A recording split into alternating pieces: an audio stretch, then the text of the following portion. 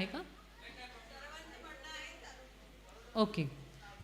तर हा गोफ विणणे कसा आणि तो कसा सोडवायचा हे माझ्या मैत्रिणी तुम्हाला दाखवतील खेळातून.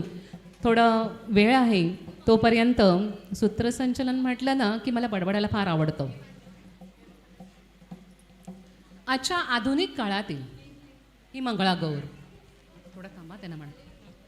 आजच्या आधुनिक काळात मंगळागौरीच्या पारंपरिक उत्साहाला एक नवीनच आणि भव्य रूप मिळालं आहे. धार्मिक भक्ती आणि परंपरेचा मूळ गाभा टिकवून ठेवत आधुनिक जीवनशैलीनुसार या उत्सवात अनेक मनोरंजन आणि व्यावसायिक बदल झाले आहेत. 50 ते 60 प्रकारचे खेळ या खेळामध्ये खेळले जातात.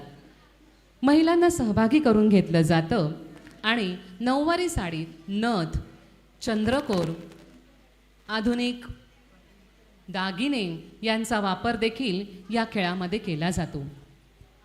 डिझाईनच्या साड्या, एकाच रंगामध्ये तयार झालेल्या साड्या किंवा पारंपरिक दागिन्यांमध्ये हा सण साजरा केला जातो. सोशल मीडिया आणि डिजिटल प्रभाव मंगळागौरीच्या खेळांचे छोटे व्हिडिओ, रील्स आणि फोटो इंस्टाग्रामवर, यूट्यूबवर, सोशल मीडियावर अपलोड करण्याचे प्रमुख हेतू हा एकच आहे आणि तो म्हणजे ही संस्कृती टिकवणे, ही संस्कृती पुढे चालत ठेवणे. यामुळे या पारंपरिक खेळांना आंतरराष्ट्रीय स्तरावर देखील ओळख मिळाली आहे. क्लब, सोसायट्यांमध्ये सार्वजनिक आयोजन आता केवळ नववधूच्या घरी नव्हे तर महिला मंडळं, गृहनिर्माण संस्था आणि सोशल क्लब्स यांच्यामध्येही एकत्र येऊन मोठ्या प्रमाणात सार्वजनिक मंगळागौर महोत्सव आयोजन केलं जातं. गो फिणू ग गो फिणू, गो फिणू ग गो फिणू, अर्ध्या रात्री गो फिणू. पहिला माझा गोप ग लेकीचं शिक्षण, दुसरा माझा गोप ग तिचं संरक्षण, तिसरा माझा गोप ग पाठीशी बक्कम. भारताची लेक बाई करूया सक्षम, तिचे संरक्षण.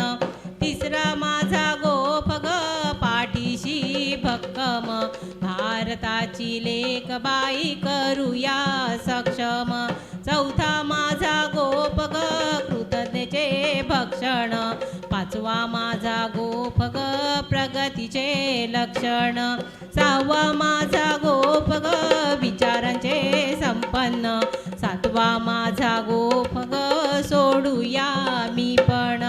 भारताच्या लेकीला करूया सक्षम, भारताच्या लेकीला करूया सक्षम, भारताच्या लेकीला करूया सक्षम, भारताच्या लेकीला करूया सक्षम, भारताच्या लेकीला करूया सक्षम, भारताच्या लेकीला करूया सक्षम, भारताच्या लेकीला करूया